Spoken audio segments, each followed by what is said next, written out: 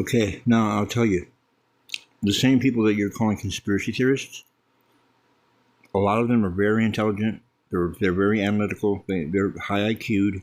They have jobs in engineering to housewives. Most of them are gifted with like psychic ability.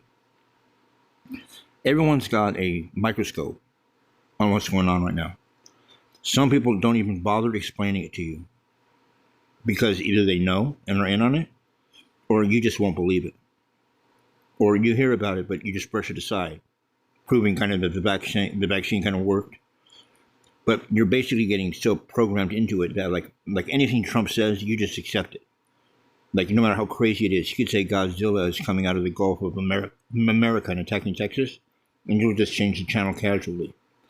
But I wanted to show you a couple of examples of how they say, "Oh, the Democrats and the Republicans are in on it."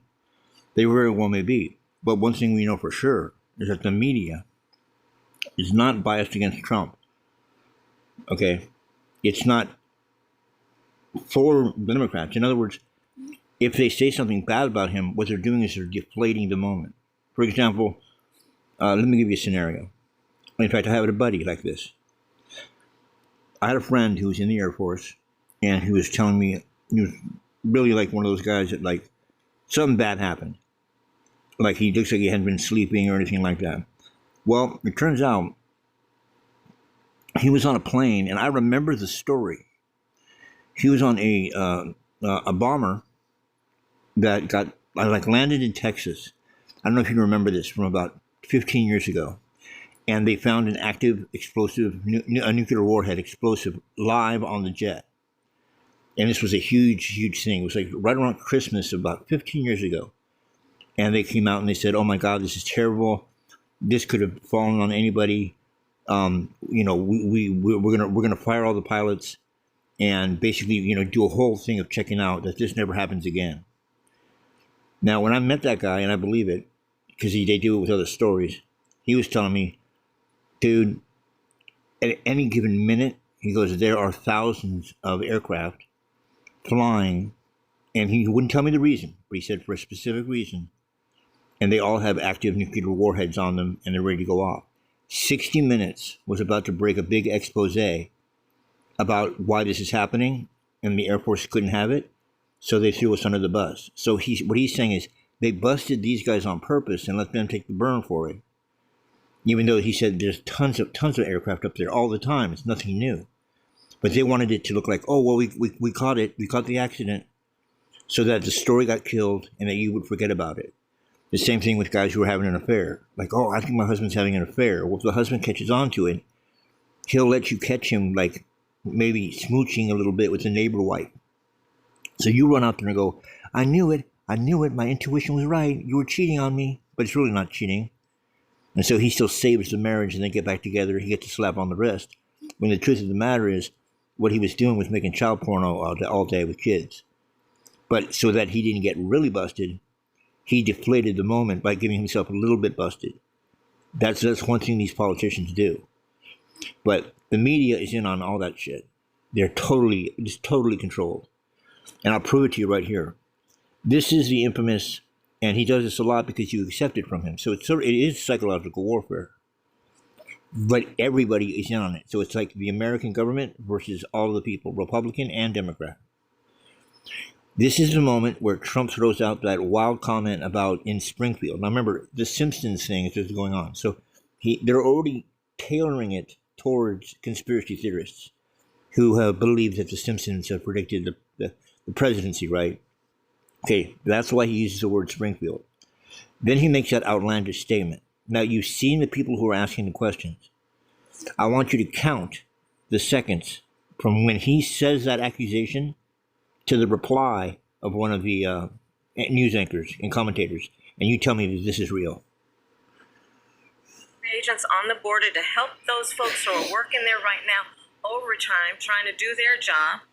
It would have allowed us to stem the flow of fentanyl coming into the United States. I know there are so many families watching tonight who have been personally affected by the surge of fentanyl in our country. That bill would have put more resources to allow us to prosecute transnational criminal organizations for trafficking in guns, drugs, and human beings. But you know what happened to that bill? Donald Trump got on the phone, called up some folks in Congress, and said, kill the bill. And you know why? Because he'd prefer to run on a problem instead of fixing a problem. And understand, this comes at a time where the people of our country actually need a leader who engages in solutions, who actually addresses the problems at hand. But what we have in the former president is someone who would prefer to run on a problem instead of fixing a problem. And I'll tell you something, he's going to talk about immigration a lot tonight, even when it's not the subject that is being raised. And I'm going to actually do something really unusual, and I'm going to invite you to attend one of Donald Trump's rallies, because it's a really interesting thing to watch. You will see during the course of his rallies, he talks about fictional characters like Hannibal Lecter.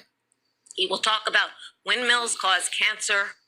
And what you will also notice is that people start leaving his rallies early out of exhaustion and boredom. And I will tell you, the one thing you will not hear him talk about is you. You will not hear him talk about your needs, your dreams, and your desires. And I'll tell you, I believe you deserve a president who actually puts you first. And I pledge to you that I will. Vice President Harris, thank you. President Trump, on that point, I want to get your response. Well, I would like to respond. Let me just ask, though, why did you try to kill that bill, and successfully so? That would have put thousands of additional agents and officers on the board. First, let me respond as to the Please. rallies. She said people start leaving. People don't go to her rallies. There's no reason to go. And the people that do go, she's bussing them in and paying them to be there. And that. Okay, right there. This is something that has definitely been the case with at least the Trump campaign. Right there, you know that that's what he's doing. That's simple. Like it's supernatural. Everything he says or he accuses other people of, he later on has been found guilty of. Everything. And I can prove it to you. Hold on a second here. And also, this is an important part. See, you remember the Democrats have this crazy like bill that was really going to be, the Democrats have kicked out more immigrants than Trump ever has. And this bill was going to be like a big money bill to put up all these fences, like more than what Trump wanted to do. And so Trump's not even president. Keep that in mind. Trump was not president when the Roe versus Wade got overturned. Yet he keeps saying, we did this, we did that. What do you mean? You weren't in office. He's talking like he was actively in office. Just think about it. It's the human mannerisms, body movements. You'll notice. You'll see exactly what I'm saying in a second here. Okay, it's all a joke because he just claimed that. Remember, she had all these people. I mean, of course, the first 2 weeks of the honeymoon, you had everyone from Oprah to the Jackson 5, even Michael, were out there dancing around, singing about how she was going to be president. So he's lying there because we know that, like, there's that first honeymoon phase of like, yeah, a black woman's going to be president, whatever. So he's lying about that. But then he said that she's paying people. They've always said that. But I mean, do you know anyone? No, of course not. But I mean, that's a huge lie, bro. When he's the one who's doing that. Now, how can I prove that? Watch.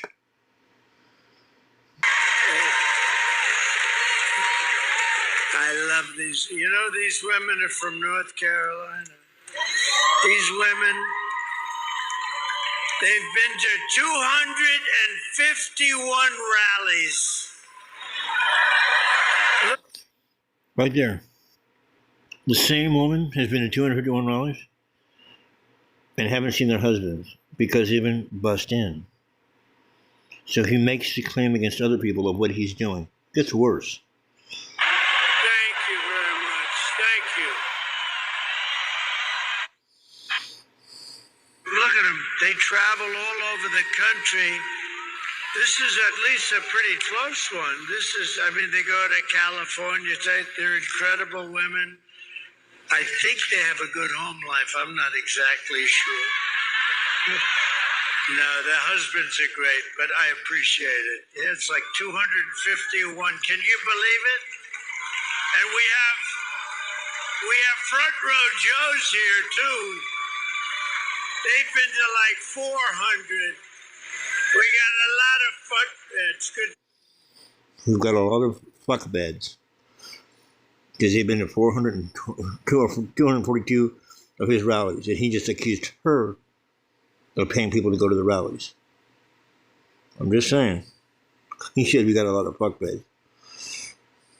They'll restore our borders. We're going to have a border. We had the strongest border. Wait. Bring down my all-time favorite chart. Bring it down. In history.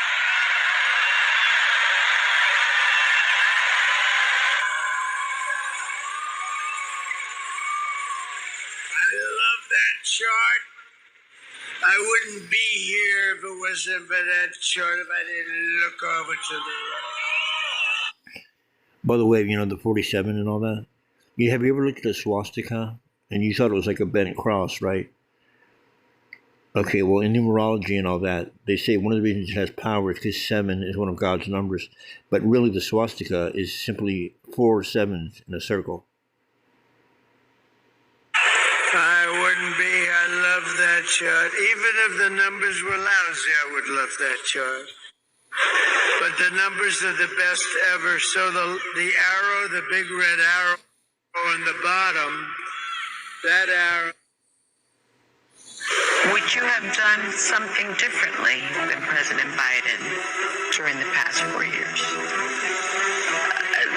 There is not a thing that comes to mind. I stood there on the tarmac watching you check your watch. The chaotic and deadly U.S. evacuation from Afghanistan stunned Americans and the world and cost the lives of 13 U.S. soldiers.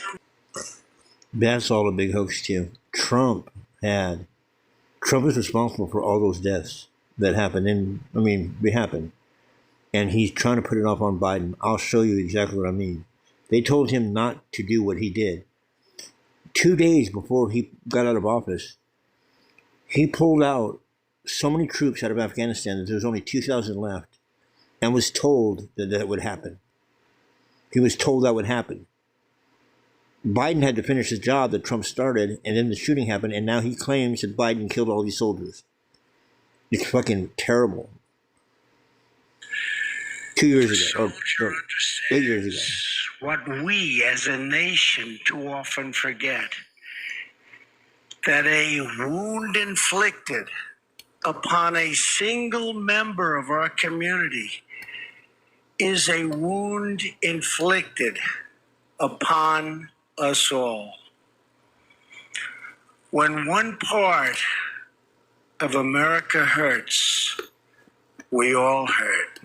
You're right. And when one citizen suffers an injustice, we all suffer together. Loyalty to our nation demands loyalty to one another.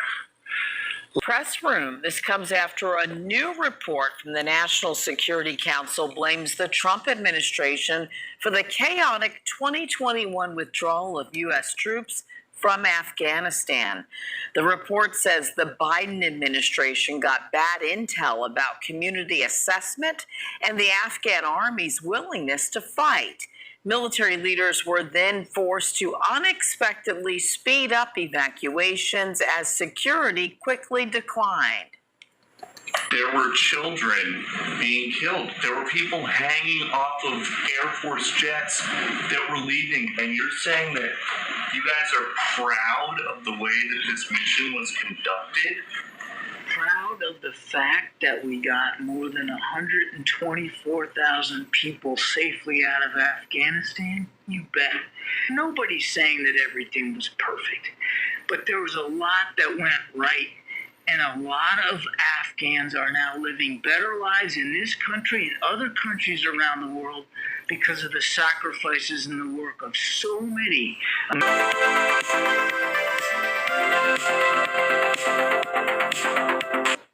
NBC News now reporting the Trump administration intends to draw back more than 4,000 troops from Afghanistan by the 2020 election.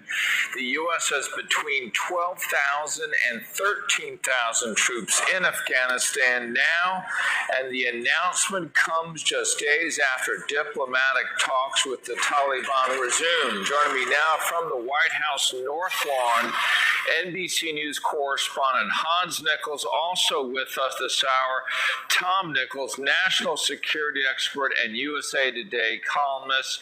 Let's start with you on this, Hans. Put this into context for us and, again, the exclusive reporting that we have. So my colleagues Courtney Kube and Carol Lee have broken this story that the White House intends to announce as early as next week, and the administration intends to announce as early as next week, this drawdown of troops. Now, this is significant for a whole bunch of reasons. Remember, it was about 2.5 months ago that you and I were talking, maybe more 3 months ago, that you and I were talking about that time that President Trump invited the Taliban to Camp David and then canceled it abruptly and said all talks with the Taliban were off. But at that point, the intention of the president was very clear that he wanted to bring down troops. At the time, we thought there were about 14,000. They're actually around 12,000. Bring that number down to about 8,000. That's what this planned reduction, which they do through redeployments and through the natural course of events with troops going there. This wouldn't be like whole units are being drawn out of Afghanistan. It gets you down to about 8,000. Now, whether or not what that does to peace talks with the Taliban, it's not quite certain. I now recognize my friend, ranking member, gentleman from Colorado, Mr. Crow, for any statement at any length that you may have. Thank you, Chairman Mast, for calling this really important hearing. I would like to begin by recognizing Ms. Shamblin for being here and for the sacrifice that your family has made for our country on behalf of all of us, a sacrifice of which we owe a great debt that our nation will never be able to repay, but we will certainly try to do that sacrifice credit here and moving forward. And I also want to recognize the member of that country. Some social media users are wondering who ordered the initial withdrawal of American forces. Brandon Lewis from our National Verified team looks into when that deal was signed. This is weird. Over the weekend, the Taliban seized control of Afghanistan as American and international forces left the country. The takeover happened much quicker than military analysts expected, prompting former President Donald Trump and President Joe Biden to blame each other for the need for a chaotic withdrawal of American troops. When I came into office, I inherited a deal that President Trump negotiated with the Taliban. Under his agreement, U.S. forces would be out of Afghanistan by May 1, 2021, just a little over 3 months after I took office. So, let's verify. Was the withdrawal of American forces from Afghanistan originally negotiated by the Trump administration? Our sources are the U.S. State Department, the White House, and the Congressional Research Service. Through each of their presidencies, Presidents Obama, Trump, and Biden have all discussed the need to withdraw troops from Afghanistan. During his administration, Trump repeatedly said it was time to completely withdraw. In February 2020, Secretary of State Mike Pompeo met with Taliban leaders in Qatar and signed a peace agreement in exchange for a withdrawal of U.S. forces in May of 2021. If the Taliban and the Afghan government live up to their commitments, and they may or they may not, but I think we have a lot of reason why they will. I think they will. That means that the longest war in American history by far, it's not even close, will be over. So it's true. The withdrawal of American forces was originally negotiated by the Trump administration. President Biden took over the implementation of issued an order for large-scale U.S. troop withdrawals.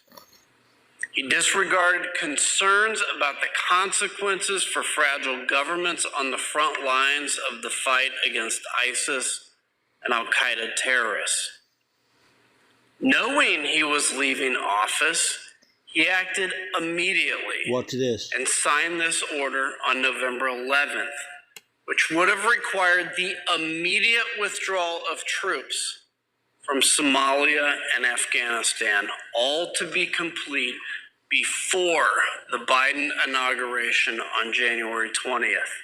As you watch these clips, recall that General Keith Kellogg was the national security advisor to the vice president and had served as chief of staff to the National Security Council for President Trump.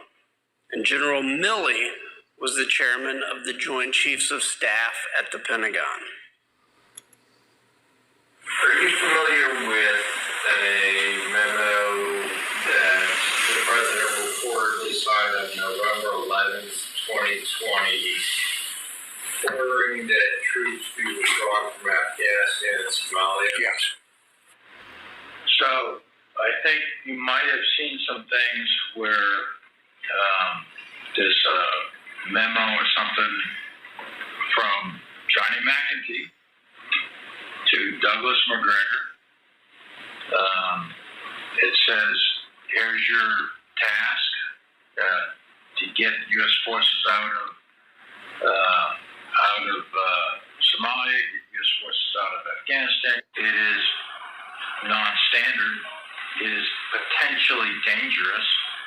I personally thought it was militarily not feasible nor wise. And I proceeded to tell the PPO and proceeded to tell McGregor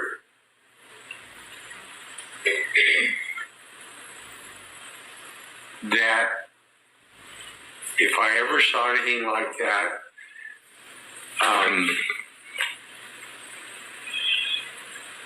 I would do something physical. Wow. Because I thought what that was then was a tremendous disservice to the nation. And then, by the way, it was a very, very contested issue. There were people who did not agree with getting out of Afghanistan. I appreciate their concerns. An immediate departure that memo said would have been catastrophic. It's the same thing with President Biden. Now, if Trump loves the troops so much, these generals told him, don't withdraw too many people or something's going to happen. If you remember, the president of Afghanistan ran away and all these people died. So Biden is about to come into office in January 23rd. In January is when he did the bulk of the pullout, leaving there to be nobody in Afghanistan. Almost. 1 week after U.S. forces withdrew quietly from Bagram Air Force Base, the Taliban is making gains from the security vacuum left behind. But U.S. President Joe Biden is adamant U.S. forces will leave Afghanistan by the end of August. Nearly 20 years of experience has shown us that the current security situation only confirms that just one more year fighting in Afghanistan is not a solution, but a recipe for being there indefinitely. As the Taliban gains power, Biden is now on the defensive. He insists Afghanistan's future is tied to a political solution, not a military one. Peace must be negotiated between. President Biden was saying less than 6 weeks ago. Your own intelligence community has assessed that the Afghan government will likely collapse. That is not true. They did not reach that conclusion. There's going to be no circumstance for you to see people being lifted off the roof of a embassy. The likelihood there's going to be the Taliban overrunning everything and owning the whole country is highly unlikely.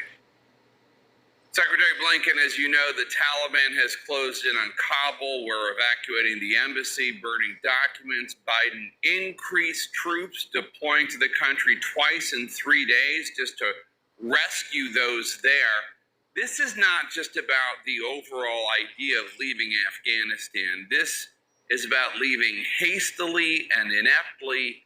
Secretary Blinken, how did President Biden get this so wrong? Jake, first, let's put this in context. And as we've discussed before, we were in Afghanistan for one overriding purpose, to deal with the folks who attacked us on 9/11. That is the reality. That's the context that we're dealing with.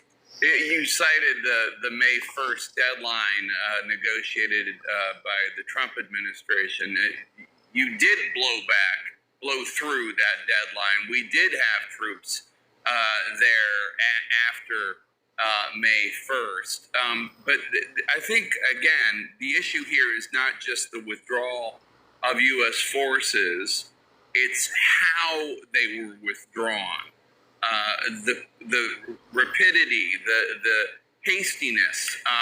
President Obama's former ambassador to Afghanistan, Brian Crocker, he called the way this was done, quote, a handover to the Taliban, and quote, we have hung them out to dry about the Afghan people. Crocker continued, quote, I'm left with some grave questions in my mind about Biden's ability to lead our nation as commander-in-chief, to have read this so wrong, or even worse, to have understood what was likely to happen and not care, unquote.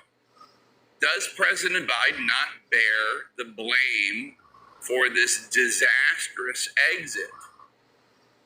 They don't want completion of our withdrawal from Afghanistan. Making it official, President Trump is reducing troop levels in Afghanistan and Iraq 5 days before President-elect Biden takes office. 5 days. 5 days before. He's been ousted. He's not going to be president anymore. Biden's coming in. That's when he did it. Leaving Biden with a fucking disaster. Here's Martha Raddatz. Just over a week after President Trump fired Defense Secretary Mark Esper, who warned the White House of the dangers of a rapid withdrawal from Afghanistan, Trump's new defense secretary made it official. By January 15th, 2021, our forces, their size in Afghanistan, will be 2,500 troops by that same date. That will mean 2,000 fewer troops in Afghanistan, 500 fewer in Iraq, and a far more rapid drawdown than anyone planned. So 4 years ago, President Trump ran on a promise to put a stop to America's endless wars. President Trump is keeping that promise to the American people. But within hours of that announcement, rockets were launched near the U.S. Embassy in Iraq, reportedly killing a child. And on Capitol Hill, the criticism was swift from both sides of the aisle, with fears the troops left behind will be more vulnerable. This is the wrong thing to do. We want our troops home, but let's not bring them home in body bags. I think a precipitous drawdown in either Afghanistan or Iraq would be a mistake. Cautious words from Republicans and Democrats late today. Martha, that's the situation with Iraq and Afghanistan. But you're also learning more about Iran tonight, learning more about the president being talked out of a possible strike on Iran, on their nuclear facilities. Getting ready to announce the withdrawal of about 4,000 troops from Afghanistan. Current and former U.S. officials confirmed the news to multiple media outlets. They say the announcement could come as soon as next week, but it's unclear exactly when the withdrawal would start. There are currently between 12,000 and 13,000 U.S. troops serving in Afghanistan. Those troops are conducting counterterrorism operations. Today, to update you on President Trump's plan to bring the wars in Afghanistan and Iraq to a successful and responsible conclusion, and to bring our brave service members home. From Kabul to Kandahar, and from Mosul to Fallujah, hundreds of thousands of America's finest sons and daughters who selflessly answered the call to serve in the Army, Navy, Air Force, Marine Corps, and Coast Guard have brought us to this point. Their efforts and sacrifice will go down in history as epitomizing the strength, commitment, and empathy of a force that is unlike any the world has ever seen. Together, we have mourned the loss of more than 6,900 American troops who gave their lives in Afghanistan and Iraq, and we will never forget the more than 52,000 who bear the wounds of war and all those who still carry its scars, visible and invisible. In light of these tremendous sacrifices, and with great humility and gratitude to those who came before us, I am formally announcing that we will implement President Trump's orders to continue our repositioning of forces from those two countries. By January 15th, 2001, I clearly am thinking of where this started in 2001. By January 15th, 2021, our forces, their size in Afghanistan, will be 2,500 troops. Our force size in Iraq will also be 2,500 by that same date. That's he left Biden. This is consistent with our established plans and strategic objectives, supported by the American people, and does not equate to a change in U.S. policy or objectives. Meanwhile, let us remind those who question our resolve or may seek to interfere with this prudent, well-planned, and coordinated transition.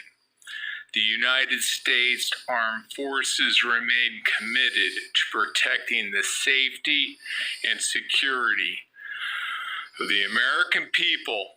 On this story, let's cross live now to our correspondent in Kabul, Nana Mustafenson. Nana, I want to start with Biden's pledge to bring interpreters who worked with the U.S. military over to the States. We rebuilt our military stronger, bigger, better than ever before, and now I see it being dissipated and being given. Our military is being given to the enemy.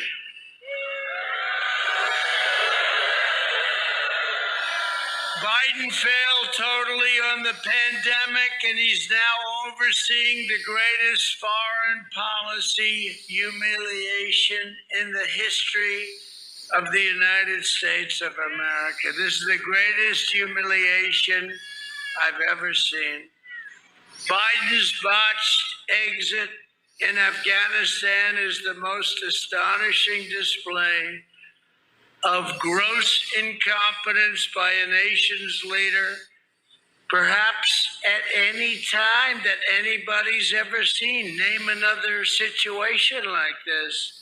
Keith Kellogg was the national security advisor to the vice president and had served as chief of staff to the National Security Council for President Trump.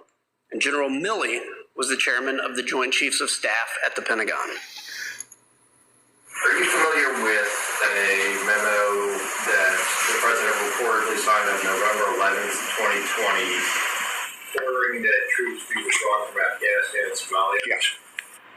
So I think you might have seen some things where there's a memo or something from Johnny McEntee to Douglas McGregor. It says, here's your task to get U.S. forces out of Somalia, get U.S. forces out of Afghanistan. When you first interviewed and met Colonel Douglas McGregor, is it fair to say you discussed this decision of withdrawing from Somalia and Afghanistan, correct? Yeah, I'm sure that was part of it, yeah. And that was the position that he was taking over there was senior advisor to the Secretary of Defense, is that correct? Yes. So on that same day, just so I'm clear, he responded back to you that they, meaning DOD leadership, was not going to take any of those steps without an order. Without a directive, yeah. I explained in language that should be in the order while I was in the meeting with McEntee, and this was my answer to him. I said, if you want this to happen, or the president wants this to happen, he's got to write an order. So you never wrote this down in any capacity? Well, I sketched on a piece of paper for him some key statements. The president directs. Yeah. This is, what's the right word, boilerplate language? Who within his office drafted the order? It was myself and one of my assistants. McEntee duly types it out, brings it in to the president. President signs it, and boom, it's over, faxed over, or emailed, scanned over to Castel, delivers it to me. Was it by auto pen, or was it the president himself signing it? It was the president. And who obtained that signature? I did. It is odd. It is non-standard. It is potentially dangerous. I personally thought it was militarily not feasible, nor wise. And I proceeded to tell the PPO and proceeded to tell McGregor that if I ever saw anything like that, I would do something physical.